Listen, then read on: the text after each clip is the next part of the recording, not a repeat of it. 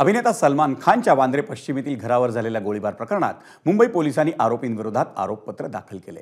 या सगळ्या आरोपींविरोधात मोक्का अंतर्गत गुन्हा नोंदवण्यात आला असून सोमवारी सत्र न्यायालयातील विशेष मोक्का कोर्टात आरोपपत्र दाखल करण्यात आले। सलमान खानच्या घरावरील गोळीबार हा खंडणीसाठी करण्यात आला असल्याचं मुंबई पोलिसांच्या आरोपपत्रात म्हटलंय।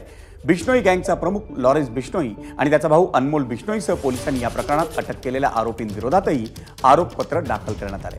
राज्यात बिश्नोई गँगला खंडणीचं रॅकेट वाढवायचं होतं। खंडणी उकळण्याच्या उद्देशानंच बिश्नोई गँगकडून सलमान खानच्या घरावर गोळीबार करण्यात आला असल्याचं मुंबई पोलिसांच्या गुन्हे शाखेनं दाखल करण्यात आलेल्या आरोपपत्रात म्हटलंय।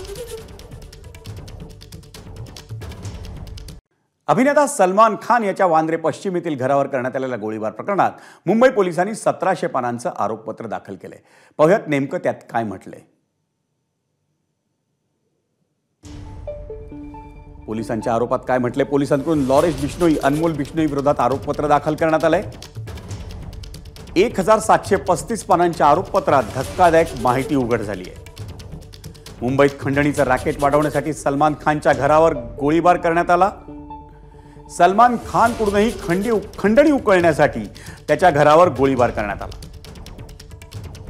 46 साक्षीदारांची साक्ष आणि आरोपींच्या जबाबांचा या आरोपपत्रात समावेश आहे। गोळीबार प्रकरणी 6 जणांना अटक करण्यात आली आणि 3 आरोपी अजूनही फरार आहेत। पोर्तुगालमधून बिश्नोईने लिहिलेल्या फेसबुक पोस्टचा देखील यात उल्लेख आहे।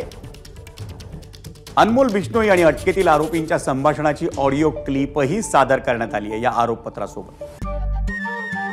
नमस्कार। मन सुद्धा तुझं ही वेगळ्याच प्रकारची मालिका तुम्हा सगळ्यांना खूप आवडली होती। याचा दुसरा सीझन कधी येणार अशी विचारणा झाली। प्रतीक्षा संपली आहे मित्रांनो। येतोय मन सुद्धा तुझाचा दुसरा सीझन। होई मन